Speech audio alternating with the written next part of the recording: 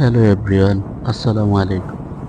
আপনাদের সামনে আজকে আরও একটি ট্রাভেল ব্লগ নিয়ে হাজির হয়েছি। আমি মোহাম্মদ ইকবাল হোসেন।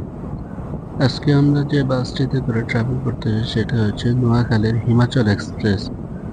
আর আপনারা ভিডিওতে দেখতে পাচ্ছেন ড্রোন ইউজ করে আজকের এই ভিডিওটি করা হয়েছে।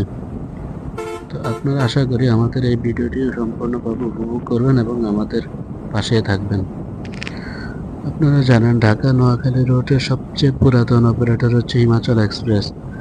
যদিও ঢাকা নোয়াখালী রোডে অনেকগুলো ব্যানার রয়েছে, তার মধ্যে হিমাচল এক্সপ্রেস খুবই পুরাতন একটি ব্যানার। তাদের ড্রাইভার এবং হেল্পারদেরকে এখন অনেক সতর্কতামূলকভাবে গাড়ির পর গাড়ি দেওয়া হয় এবং তাদেরকে বলা হয় যে আপনারা খুবই সতর্কতার সাথে গাড়ি পরিচালনা করবেন, যাত্রীদের থেকে যাতে অভিযোগ না আসে। এবং হিমাচল এক্সপ্রেস অতীতে যে দুর্ঘটনাগুলো ঘটেছিল সেই দুর্ঘটনা থেকে হিমাচল এক্সপ্রেসের মালিক কর্তৃপক্ষ এখন অনেক সতর্ক হয়েছে, যার কারণে তাদের সার্ভিস এখন আগের থেকে অনেক ভালো করেছে।